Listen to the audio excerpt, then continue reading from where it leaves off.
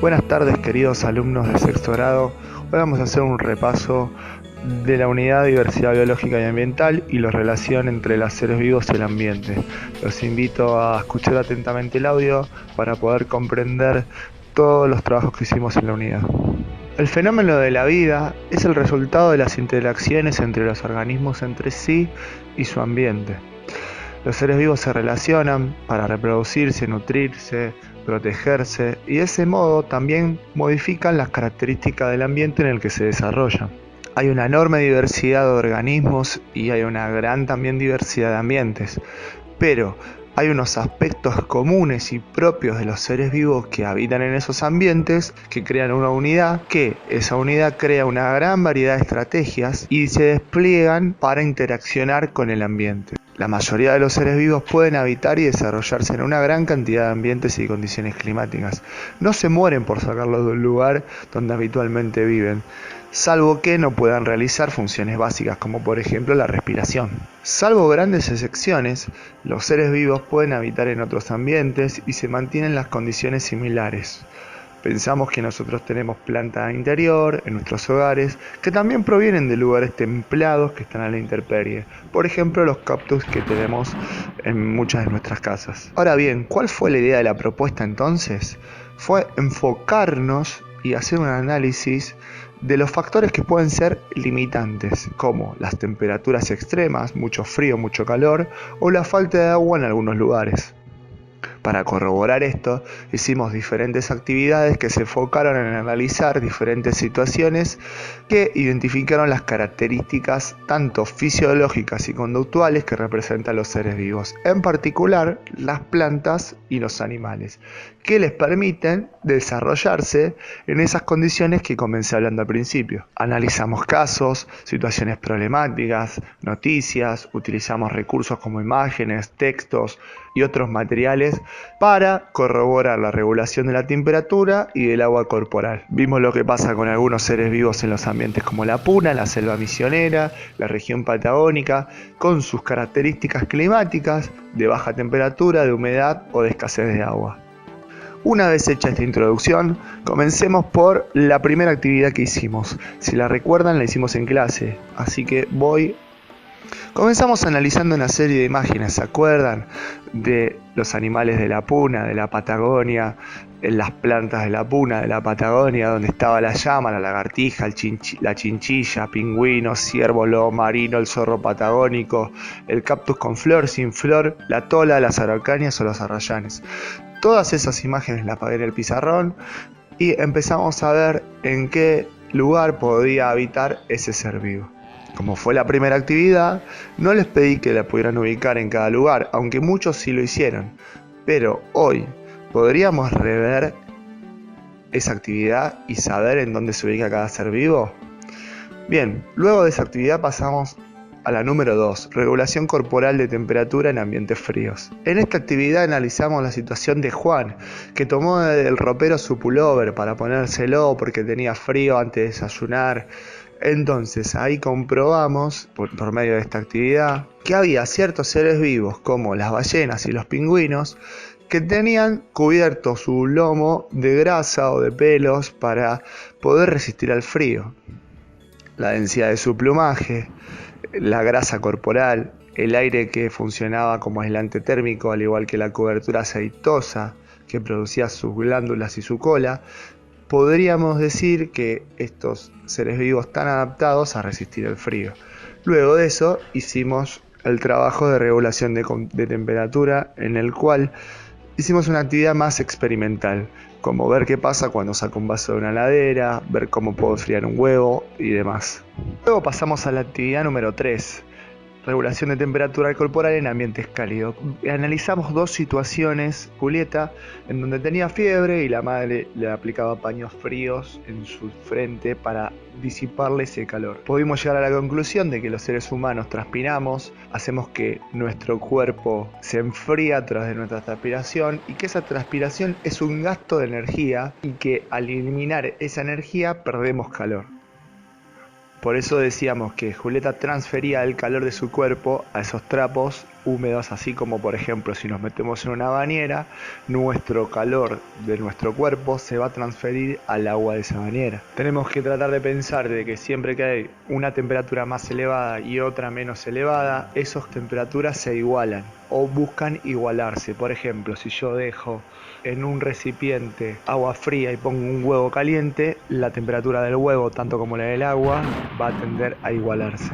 Luego pasamos a un cuadro en el cual pudimos ver cómo los animales o los seres vivos tenían una serie de estrategias para eliminar calor. Vimos qué pasaba con un perro, con un elefante y con un ser humano. Y analizamos ciertas características del cuadro en las que yo se las corregí. Por favor, revísenlas. Cerrando esta clase, vimos cómo los diferentes animales tienen estrategias para eliminar calor. Por ejemplo, el perro jadea o el elefante tiene orejas muy grandes, donde tiene algunos vasos sanguíneos muy cercanos a esa piel y de esa manera regulan la temperatura corporal. En cambio, en ambientes fríos, los seres vivos que habitan en esos ambientes cambian su fisionomía. Por ejemplo, en un lugar que hace mucho frío no vamos a encontrar animales con pelos muy cortos, sin grasa corporal o con orejas grandes, sino vamos a encontrar todo lo contrario, animales con una gran cantidad de pelo, con mucha grasa corporal y con orejas pequeñas para soportar ese frío. En la actividad número 4 estuvimos analizando cómo regulan el agua las plantas y los animales en ambientes secos.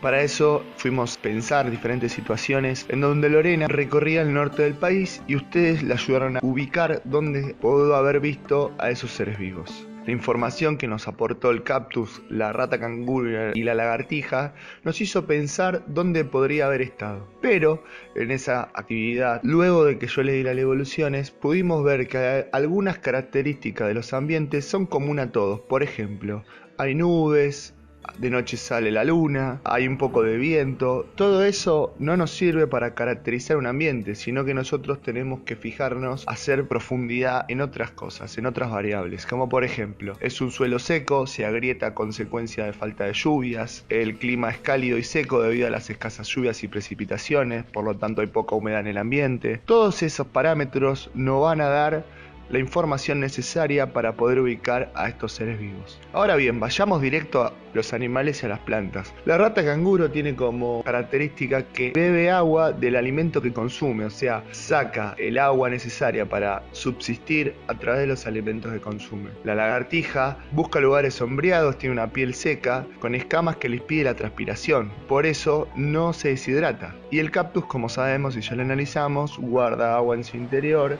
las espinas no evaporan ninguna gota porque no tiene hojas y además tiene raíces largas que hacen que pueda buscar agua de otros lugares. Muy bien, cerrada esta actividad pasamos a la actividad número 5, en la regulación de agua corporal en ambientes húmedos. Para esto fuimos a analizar otra situación de Lorena, en la cual viajaba a diferentes partes del país. Pero además analizamos qué pasa con los maratonistas. Esto de que si van al baño, si no van al baño, si se aguantan las ganas de hacer pis.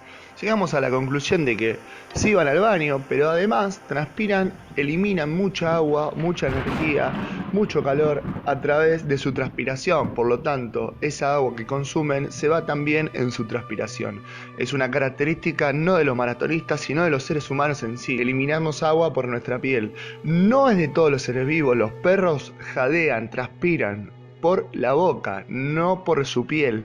Entonces somos diferentes, todos tenemos diferentes estrategias para eliminar calor. Esto coincide con el análisis de las fotos. Cuando vemos a la hoja mojada, puede ser porque ha llovido o también puede ser porque eliminó calor a través de sus hojas. Al estar en un ambiente húmedo, caluroso, tiene agua por demás. Entonces necesita o tiene un recurso, una estrategia para eliminar esa agua de más que tiene o que absorbe. Ahora bien, pensemos, ¿qué pasaría si al cactus lo mudamos a una zona húmeda? ¿Las plantas que viven en lugares secos pueden vivir en lugares húmedos? La respuesta es sí. ¿Cuánto tiempo? Poco. ¿Por qué? Tendrán que adaptarse y a la adaptación lleva muchísimo tiempo. Estamos hablando de miles y miles de años. Entonces es necesario entender que cada ser vivo habita en una región porque pudo adaptarse a ese lugar. Y el que no, dejó de existir. Esta teoría igual profundizaremos en el próximo tema. Ahora bien, la actividad 6 y 7 había un texto, había que hacer una red semántica, un cuadro. Todo esto es para organizar todo lo que vimos en las diferentes clases, las adaptaciones de los seres vivos a los ambientes y poner en contexto esta secuencia que es muy importante entenderla. ¿Por qué? Porque una vez que nosotros hayamos entendido o comprendido que cada ser vivo vive en un ambiente particular, aprenderemos también a cuidar ese ambiente para que no se destruya y no cause efectos colaterales en los seres vivos que allí habitan. Como vimos en la actividad de parques nacionales, no hay ecorregiones iguales en el mundo. Todas las ecorregiones son diferentes y allí hay una biodiversidad de seres vivos que habita y que son particular de esa zona. No pueden vivir en otra zona. ¿Por qué? Porque no se van a poder adaptar. ¿Pueden vivir un año? Sí. 2 también. ¿Pueden vivir y crear una especie que continúe en el tiempo? No pueden. Entonces, este tema nos sirvió para ver la diversidad de seres vivos que habitan en ella y los cambios que pueden ocasionar o que ocasiona la humanidad en esos ambientes que dificulta la reproducción y el desarrollo de una especie. Que tengan un buen fin de semana, un abrazo grande, nos estamos leyendo.